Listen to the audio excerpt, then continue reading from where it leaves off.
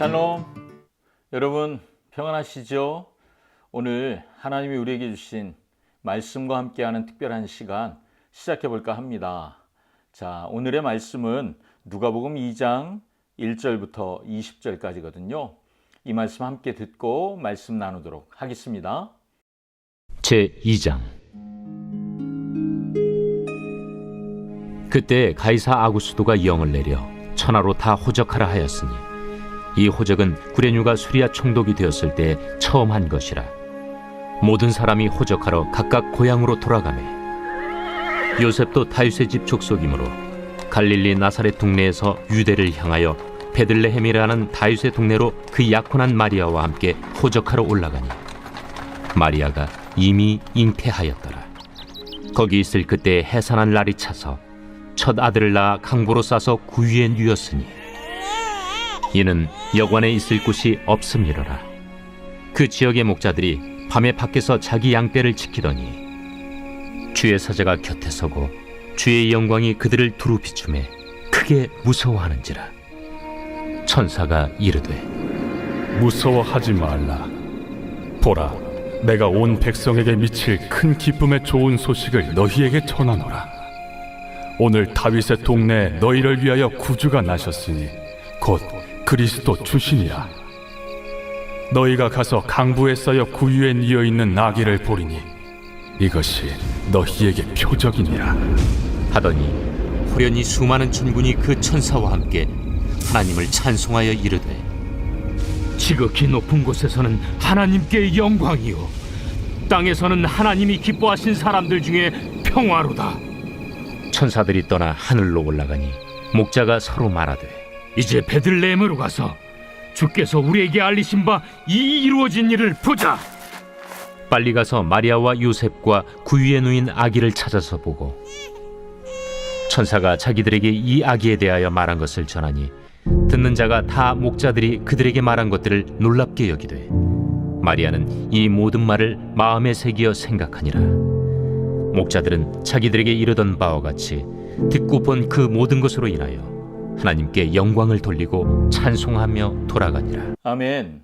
오늘 우리가 본 말씀을 크게 구분해 보자면 1절부터 7절까지는 예수님의 그 탄생, 태어나심에 대한 이야기예요. 인구를 조사했다. 그리고 요셉과 마리아가 베들레헴으로 갔다. 그 다음에 8절부터 14절까지는 목자들 이야기, 천사들 이야기, 뭐예요? 탄생을 축하하는 이야기들이 나와 있습니다. 누가는 역사를 기록하는 사람이었어요. 의사였지만 그래서 이 역사를 기록한 사람답게 탄생의 이야기를 그 시기 또 장소 이런 것들을 구체적으로 밝히고 있습니다. 예수 그리스도가 이 땅에 오신 그 사건은 하나님의 아들로 오셨는데 하나님의 아들로 오신 이 일이 신화 속에 있었던 일이 아니라는 거예요. 상상 속의 이야기가 아니라 역사적 사실이었다. 그래서 황제의 이름도 무엇하러 갔는지 어디에서 났는지를 정확히 밝히고 있습니다. 그리고 누가는 하늘에서 예수님의 탄생에 대해서 정확하게 가르쳐 주었다는 사실도 이어서 기록하고 있죠. 역사적인 사실이에요. 그리고 동시에 하나님 나라의 일이었습니다. 천사들의 입을 통해서 구주가 나셨음을, 곧 메시아가 오셨음을 선포하는 거죠. 목자들은 천사들이 한 말을 눈으로 직접 확인하는 은혜를 이 목자들이 누리게 되잖아요. 예수 그리스도가 이 땅에 오심은 역사적 사실입니다. 동시에 그것은 실제적인 사건이었습니다. 그래서 화려한 궁전이 아니라 누추한 마국간에서 일어난 일이었다고, 또 예수 그리스도의 탄생은 하나님이 준비하신 일이었지만 일반 사람들은 잘 모르는 일이었고 성경을 깊이 연구한 사람들도 모르는 일인데 누가 알았어요? 저 들판에서 잠자던 양을 지키던 목동들만 아는 그런 일이었습니다. 여러분, 늘 들어왔던 크리스마스 이야기를 오늘 우리가 보는 거예요. 베들레헴 여관에서 출산한 마리아 이야기, 한밤중에 천사들이 전해준 그 예수 그리스도의 나심을 들었던 이야기, 여러분 그냥 우리가 아는 얘기잖아요. 잘 안다고 생각하는데 이 이야기 속에서 말씀하신 하나님을 우리가 혹시 놓치고 있진 않습니까? 역사적으로 실존했던, 그래서 인간의 몸을 입고 오신 예수님의 이야기, 세상에 태어난 한 아이에게 구세주, 구주라는 호칭을 사람들이 막 으쌰으쌰해서 이제부터 구주다 이렇게 붙인 것이 아니라 하늘에서 직접 가르쳐 주셨잖아요. 그리고 다 아는 이야기가 아니라 오늘 내가 들어야 할 이야기로 하나님이 지금 말씀하고 계시다는 거죠. 하나님이 세상에 오셨습니다. 사람의 몸을 입고 오셨어요. 그런데 하나님이 하신 일입니다.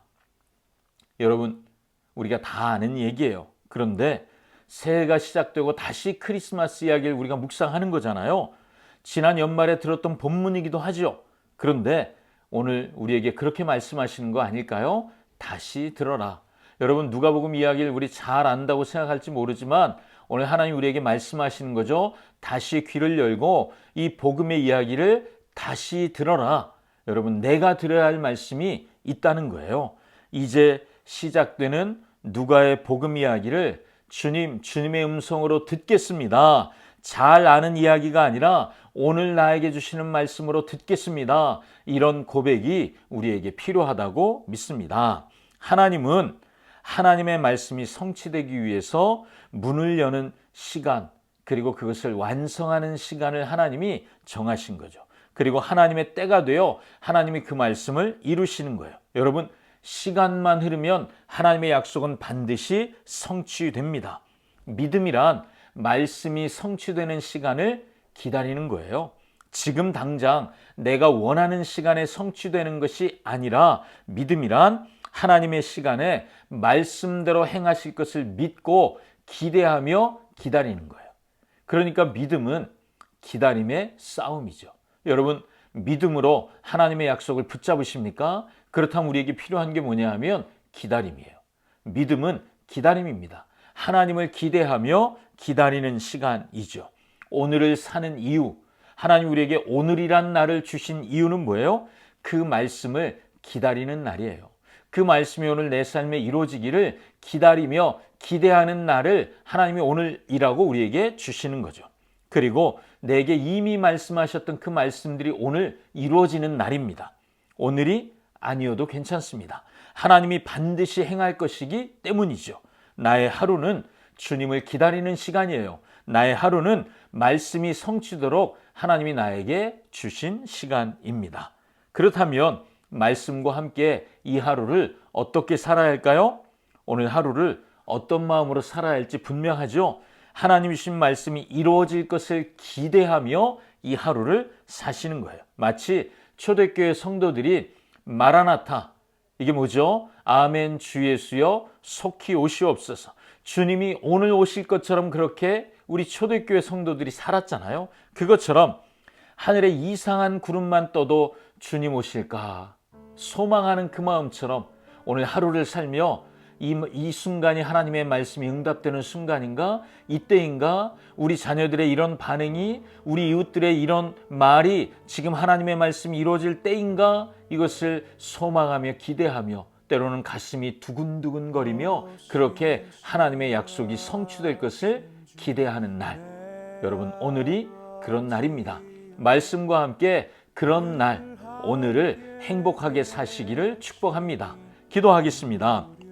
주님, 오늘도 내게 하루를 주셔서 감사합니다. 이 하루를 주님을 기대하는 마음으로, 주님의 말씀이 성취되기를 기도하는 마음으로 살라고 하시니 감사합니다.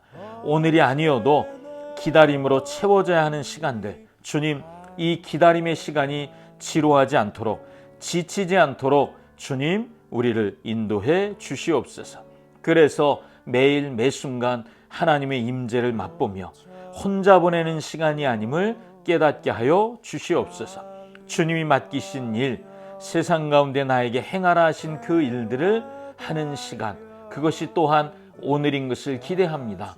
주님, 오늘 내가 무엇을 할까요? 누구를 만날까요? 무슨 얘기를 할까요? 주님, 우리는 지혜가 필요합니다. 성령 하나님, 오늘도 그렇게 우리를 인도해 주시옵소서. 예수님의 이름으로 기도합니다. 아멘. 아멘. 여러분, 오늘도 말씀과 함께 행복한 날 되십시오. 샬롬. 하신 주 오신 신랑 신실하신 주 날마다 자비를 베푸시며 일용할 모든 것 내려주시니 신실하신 주 나의 구주 내 죄를 사하여 안위하시고 주 친히 오셔서 인도하네 오늘의 힘 되고 내일의 소망 주만이 만복을 내리시네 오 신실하신 주 오 신실하신 주 날마다 자비를 베푸시